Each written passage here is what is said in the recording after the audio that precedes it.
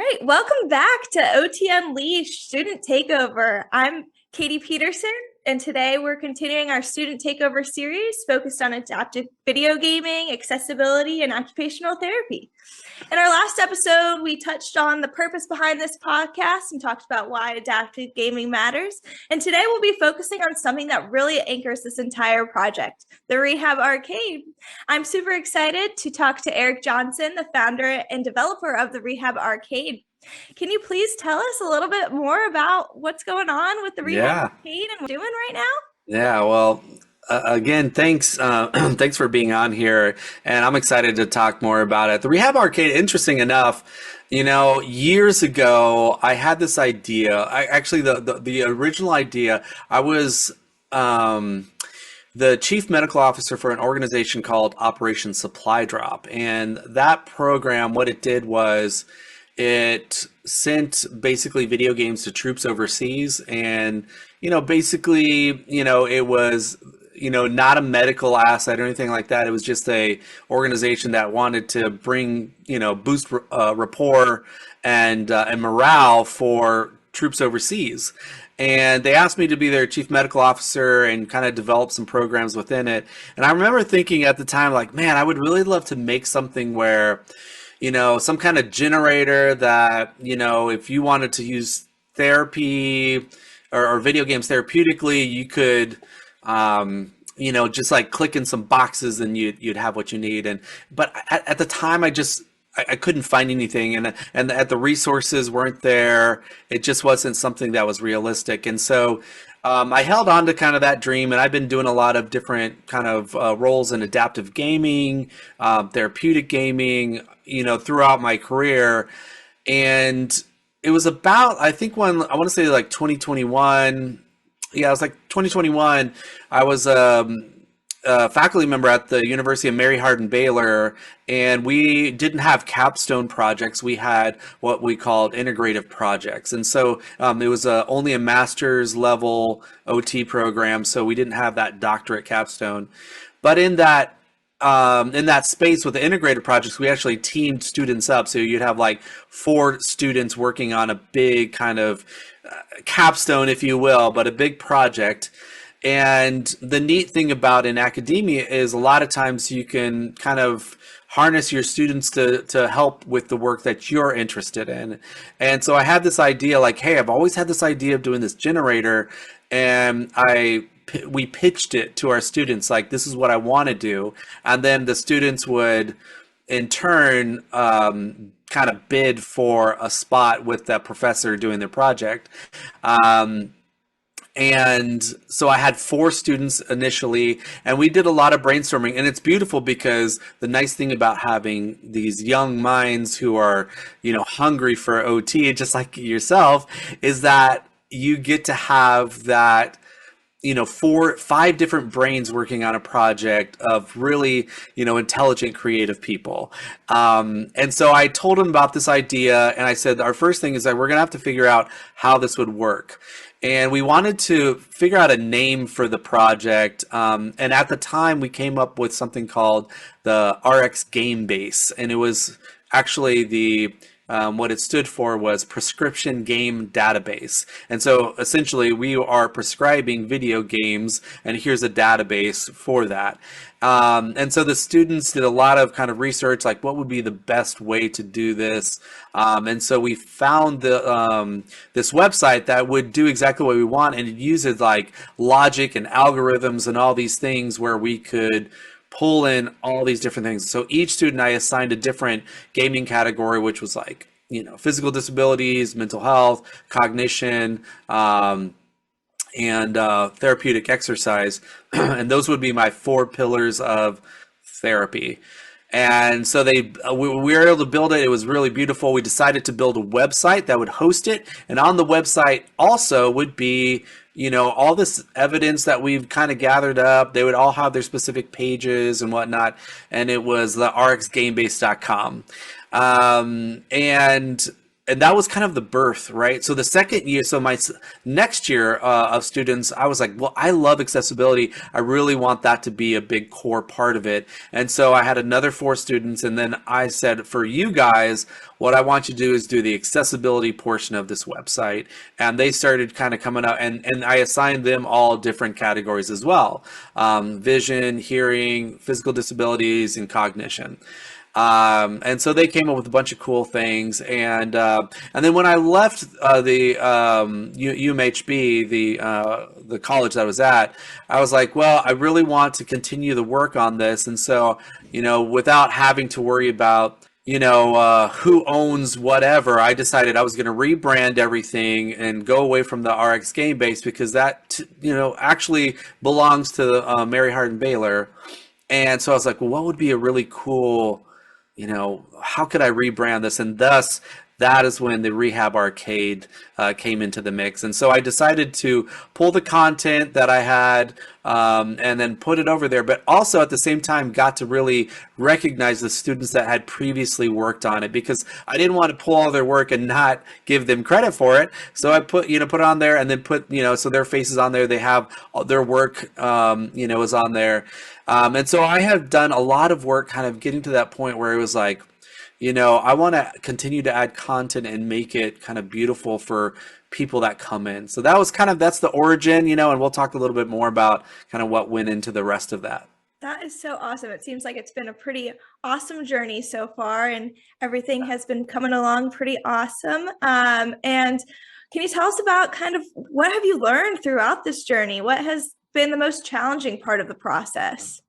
Yeah, I think the challenging part of it is that, I don't want to say it's like herding cats, but, and not with students, it's with what's out there, like you said it earlier, technology is so incredibly rapidly moving forward that it's hard to keep up, which honestly, this is why it's great to have new students, because they can kind of keep a pulse on what's new and what's kind of going on. So I think, one of the hardest part of the growth of it was, first of all, creating the database is really tricky. Like it's not just like, okay, there it is, and boom, we're good. It is very painstakingly hard, one by one entries into a system, so that the output can be something that's tangible and useful for the end user. And so I think that is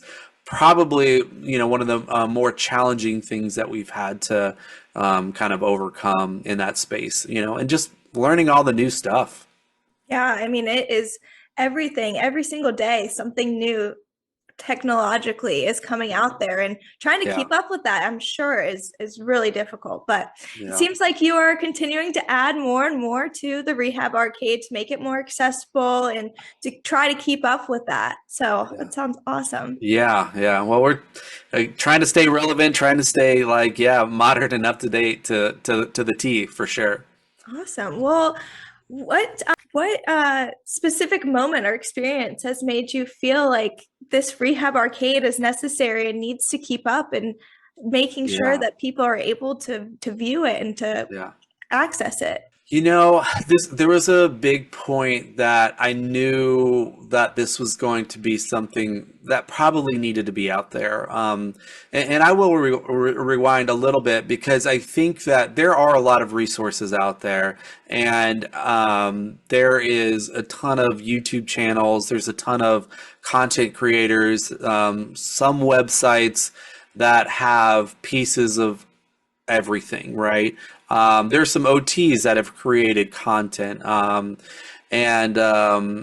I think there was a point where I was like, this needs to be something that I'm very intentional with. So the Rehab Arcade is actually meant for therapists. And I don't actually put occupational therapy on it, because I realize there's way more therapy, professionals that are involved in the mix. Like, I have some great friends that are rec therapists that use the Rehab Arcade. I have great friends that are PTs that use the Rehab Arcade and that have used gaming, so I have a lot of different players in the mix. But so I created the Rehab Arcade. It was for therapists.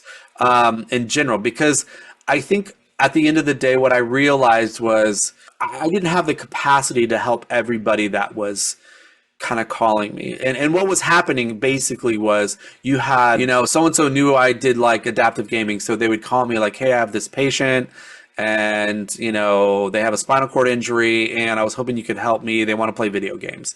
So it's like, yeah, that's great. And I would love to help you. But there's a couple problems. One, there's a ton of people that do that. Like, hey, Erik, friend of mine, can you help me? And of course I want to help all the time.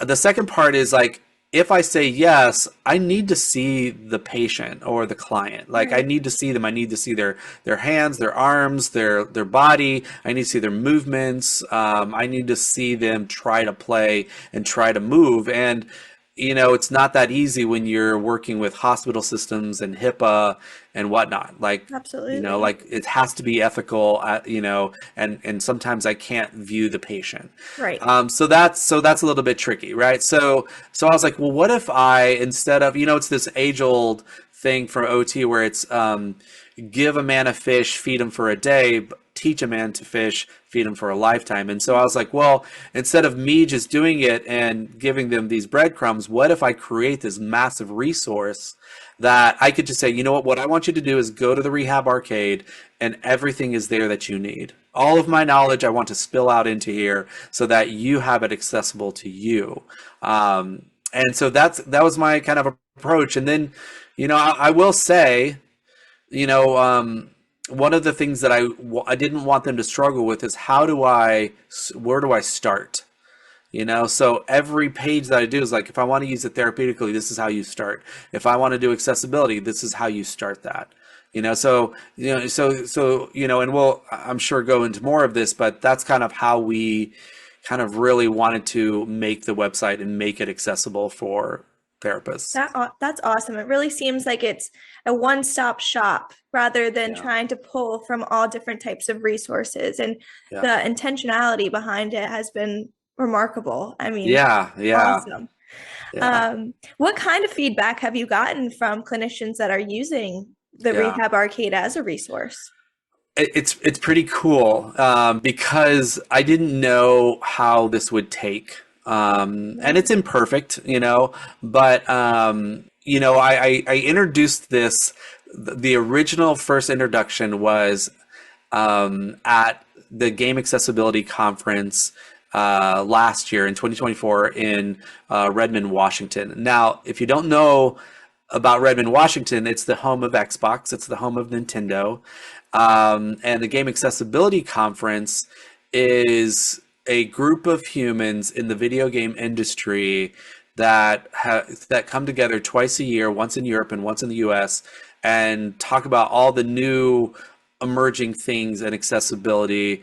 And it's a whole conference, right? So there's presentations, you have game developers. One of my favorites were one of the developers from Mickey's Illusion Island. It's a game that came out on the Switch, came out, and he was like, we wanted to come up with something different in gameplay that was could continue the play for people and help people and we didn't want to have anybody being killed or shooting anybody. And so we created an element that was hugging. And if you hug, your partner, they get an extra heart, so like if you're down on life and you give them a hug, you get to increase their hearts by hugging. And I was like, how cute is that? And to hear the developer talk about that was really cool. So I introduced the Rehab Arcade to this group of humans, which was very intimidating because it's developers. It is like Right. industry leaders in accessibility and video games,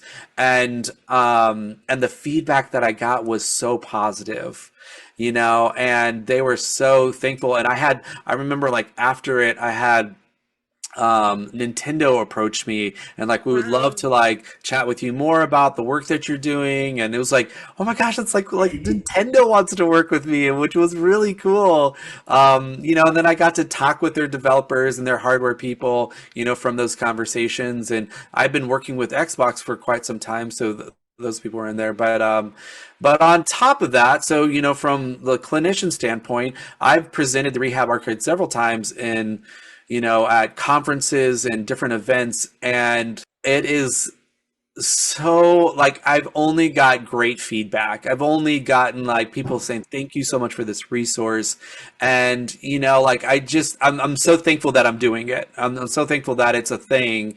And then as we progress, the cool thing again is that I have students that have these ideas that they are wanting to explore gaming and therapy and gaming and accessibility, but there's no avenues for capstones to do that. And then this is such a cool avenue to be able to explore that. So it's been really cool for sure. The feedback's been great. That's awesome.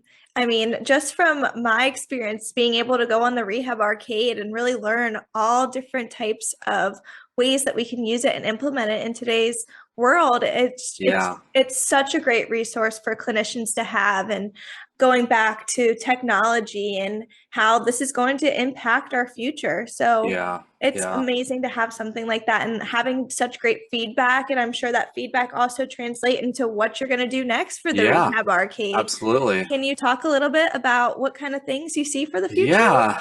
Well, I feel like this is going to be an opportunity where it's never complete, and I hope that that's the case. Because if I'm ever done with it, that means it's over because of technology, right? Mhm. Sure, there's great new resources. Sure, there's all these things, but if I don't continue to work on them and and share them, we're basically going to be extinct, right? So to answer your question, it's students. It's all students, right? So I'm the ringleader, right? So I kind of bring everybody in. I help them brainstorm ideas and projects, just like you. We knew that you wanted to do some kind of gaming thing, and then as we were kind of working through it, we came to this idea of a podcast, and was able like what a beautiful way to share information like about this stuff. Like it's a different medium, and Absolutely. so to have 15 episodes, 16 maybe, 20 or 30 maybe of accessibility, adaptive gaming, and potentially therapeutic gaming is going to be such a different, unique way to share the information consistently, and that's not out there, right? So that's a brainstorming idea that came from the three of us sitting down and kind of coming up with a cool idea, right? And so another one. So I love this because I had a young student that was in one of my sessions at the American OT Association conference last year, and she approached me saying like, I'm a big tabletop gamer. Like I love Dungeons and Dragons and all these TTRPGs, tabletop role playing games, for you guys that don't know what that means. And I would love to explore a potential way to do a capstone that revolves around tabletop role playing games. And Laura is now So also doing awesome. yeah, she's doing her capstone currently with you. And we're going to hear from Laura. She's going to be on one of our episodes, but she's doing a whole capstone on using tabletop role playing games as a therapeutic medium. And it is so cool. She's literally writing these like one shot campaigns for therapeutic sessions that you can get done in during your time. And so we're going from like just having video games to having tabletop role playing games. And I would love for a student, maybe a student's listening to this episode, to do like board games, like beyond the role playing games, but like even like how can I use Connect Four or puzzles or just regular dice game or any of that stuff. Like all that stuff is has potential therapeutic implications. I would love to see a student do that. So and then we're always going to be expanding. Like as anytime I take on a student, the first thing that I do is like a full literature review. You have to go into the literature, what's new, what's current, what's modern, and we haven't even talked about the evidence side. So I think the future is going to be about the students and their ideas and how can I support you in those ideas. That's That's I think super the biggest awesome. thing. Yeah. I love that you bring in all of these students and allow them to have kind of creative freedom and really add their own personal touch to the Rehab Arcade and Yeah. supporting them in any idea that they have and just bouncing ideas. I think that is so awesome. What would you say to a student that is really interested in getting involved? Like how, and they were nervous about starting, like how could you support them in that? This is awesome because I think that video games have people have this idea of video games like they're not good or we shouldn't like them or they represent something that fill in the blank whatever you want it to be.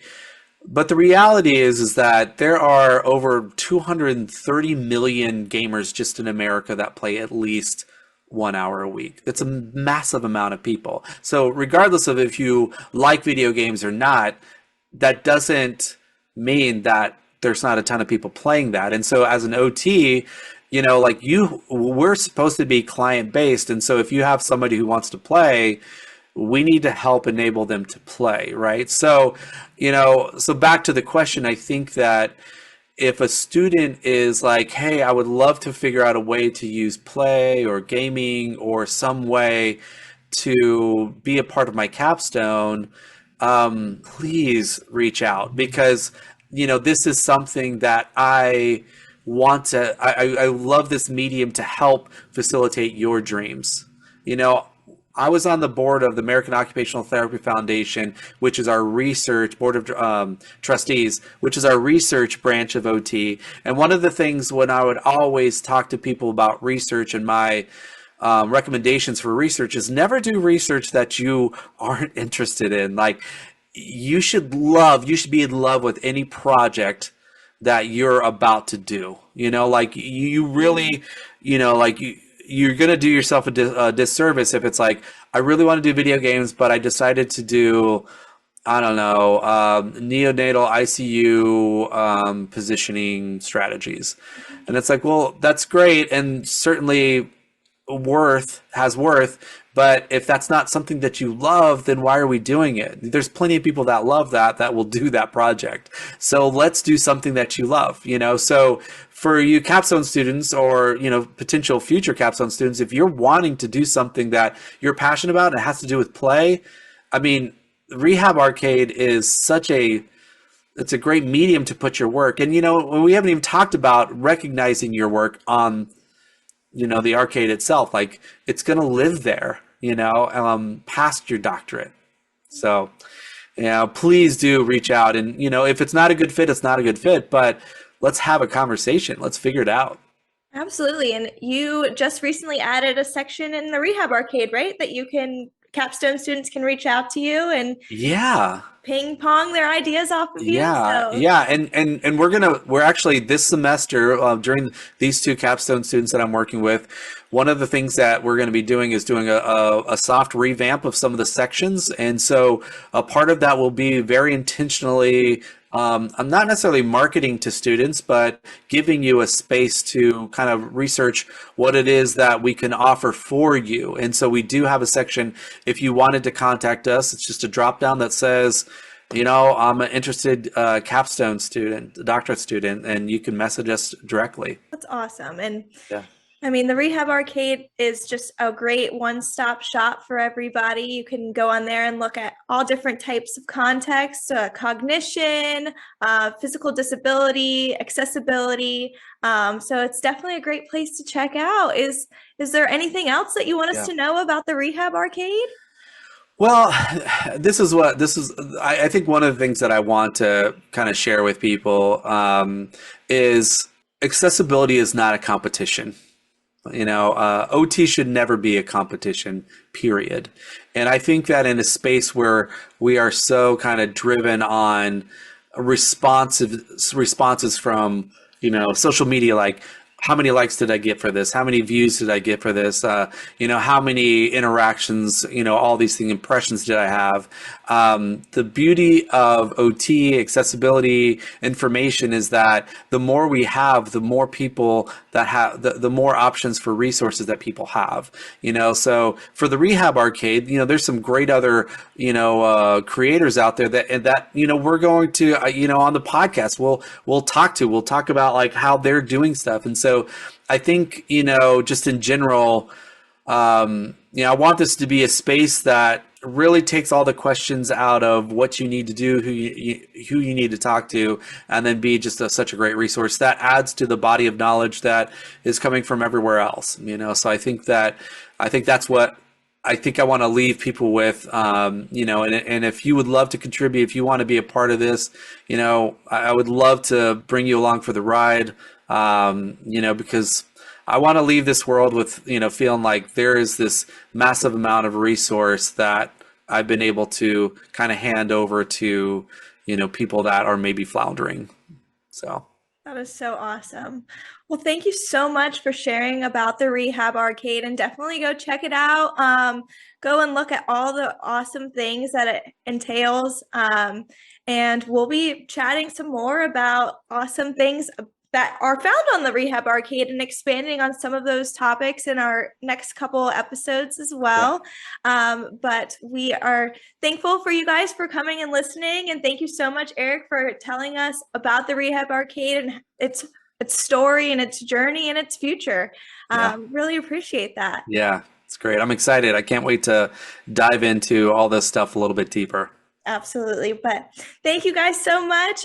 We hope you enjoyed the podcast. Please let us know if there's anything in particular you would like to see in the next coming episodes. But we'll see you next time on OT Unleashed Student Takeover.